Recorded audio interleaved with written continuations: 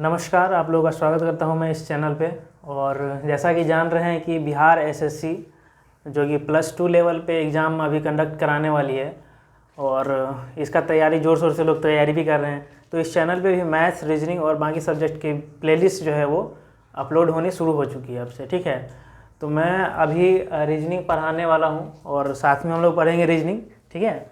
तो आज का टॉपिक है डाइस, ठीक है। तो डाइस हम लोग पढ़ते हैं। तो देखिए, डाइस जो है ना, जिसको हम लोग पासा बोलते हैं, ठीक है। हिंदी में इसको पासा बोलते हैं। पासा जो है वो 2 टाइप्स के होते हैं। कितने टाइप्स के होते हैं? 2 टाइप्स के होते हैं। देखिए, पहला होता है आपका स्टैंडर्ड, ठीक है, स्टैंडर्ड डाइस। और दूसरा होता है आपका जनरल डाइस, ठीक है। अब देखिए, स्टैंडर्ड डाइस और जनरल डाइस में क्या अंतर होता है। स्टैंडर्ड डाइस जो होता है ना, आपका जो पासा हुआ, उस पासे का जो अपोजिट साइज का जो सम होगा ना, वो 7 आएगा। मान लीजिए कि ये आपका एक डाइस है, ठीक, डाइस है। अब इसका पूछेंगे कि स्टैंडर्ड डाइस में इसका 1 का अपोजिट क्या होगा, तो 1 का अपोजिट आपका 6 हो जाएगा। इसलिए 6 हो जाएगा क्योंकि दोनों का सम जो है ना ऑलवेज 7 होता है। अब 3 का अपोजिट क्या हो जाएगा, तो 4 हो जाएगा अपोजिट। क्यों? क्योंकि दोनों को जोड़ेंगे तो हम लोग को 7 मिल जाएगा। 2 का अपोजिट क्या हो जाएगा, 5 हो जाएगा, क्योंकि इसको ऐड करेंगे तो 7 आ जाएगा। ये स्टैंडर्ड डाइस का ये नियम ही होता है, यही रूल होता है, ठीक है। और जनरल डाइस का क्या रूल होता है, इसके अलावा जो भी बचेगा एक्सेप्ट स्टैंडर्ड डाइस, वो सारा हो जाएगा जनरल डाइस। और दूसरा कंडीशन क्या होता है कि एक साइड का जो, जैसे कि ये दिख रहा है आपको, ठीक है, तो इसका जो कोई भी दो जो फेस है ना, 2 फेस आपको दिख रहा है, दो का सम कितना होना चाहिए, 7 होना चाहिए। ये कंडीशन इसमें लगता है, ठीक है। तो स्टैंडर्ड डाइस और जनरल डाइस में आप लोगों को पता चल गया होगा क्या होता है। अब आगे हम लोग इसके बेस्ड पे कुछ क्वेश्चन देखते हैं। क्वेश्चन क्या होता है कि एक तो सिंगल डाइस आप लोग को दे दिया जाएगा, एक ही डाइस का दो फेस दिया जाएगा कि एक जो है ना पासा है, उसका एक बार हम पलटे तो ऐसे दिख रहा है, दूसरे बार पलटे तो ऐसे दिख रहा है। अब दोनों को मिला के हमसे क्वेश्चन पूछ देगा, ठीक है। उसके बेसिस पे हम लोग क्वेश्चन देखेंगे। फिर देखेंगे कि 2 नहीं 3 डाइस दिया जाएगा, एक ही डाइस है लेकिन उसका 3 फेस दिया रहेगा, 3 प्रकार से उसको रखा गया है। तो क्या क्या हमको फेस देखने को मिलता है, उसके बेसिस पे हम लोग को ये देखने को मिले, उस पर बेसिस हम क्वेश्चन करेंगे। फिर हम लोग ओपन डाइस देखेंगे कि ओपन डाइस जो होता है ना, मान लीजिए कि ये डाइस को ऐसे खोल के रख दिया गया है, ठीक है, इसको खोल के रख दिया गया है और खोल के रख दिया गया है।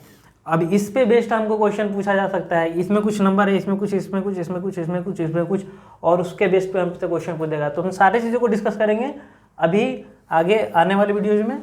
और अभी फिलहाल हम लोग शुरू करते हैं, एक एक करके सारे टाइप्स के क्वेश्चन हम लोग आगे करते हैं, ठीक है। ठीक है, तो देखिए, डाइस के कुछ क्वेश्चन लिए हैं, 2 क्वेश्चन हमने।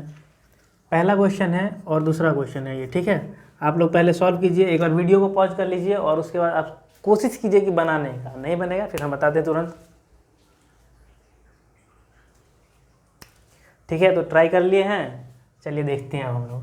क्या है कि स्टैंडर्ड डाइस का मानक पासा जिसको कहते हैं, उसका ये क्वेश्चन दिया गया है। ये एक पासा दिया गया है। अब कह रहा है कि हमको 3 के विपरीत में कौन सा होगा। तो आपको मैंने बतलाया था कि अपोजिट का जो होता है, 2 अपोजिट साइड का जो सम होता है वो कितना होता है, 7 होता है, 7 होता है। तो अगर हमको ये 3 दिया हुआ तो 3 के विपरीत में 4 होना चाहिए, तभी 4 और 3 7 होगा। तो ऑप्शन में 4 कहाँ दिख रहा है, ये हो जाएगा। दूसरा, 2 के विपरीत क्या होगा, तो 2 में कितना जोड़ेंगे, 5 जोड़ देंगे। 5 कहाँ है, 5 और 2 7 हो जाएगा, ठीक है। समझ में आ गया। चलिए दूसरा क्वेश्चन पे आते हैं। दूसरा क्वेश्चन आपसे हो सकता है कहीं नहीं बना हो, देख लेते हैं। क्या कहा गया है कि एक कंडीशन दिया गया है कि 1 2 3 है और एक पासा है 4 5 6 है।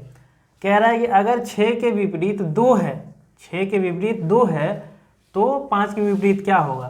तो देखिए, 6 के विपरीत और 2 के विपरीत हम लोग देखते हैं, बनाते हैं पहले। 1 2 3 इस पासे को लिख दिए हैं, ठीक है।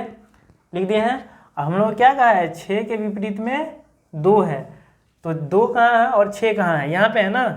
तो देखिए 2 को पहले हम लोग इसको मिटा दिए, 2 3 और 1 लिख दिए, इसको एंटी क्लॉकवाइज ऐसे करके हम लोग लिख दिए हैं, है ना। और 2 के सामने में विपरीत में 6 है ना, तो 6 यहाँ पे पहले हम लोग सामने सामने लिख लेंगे।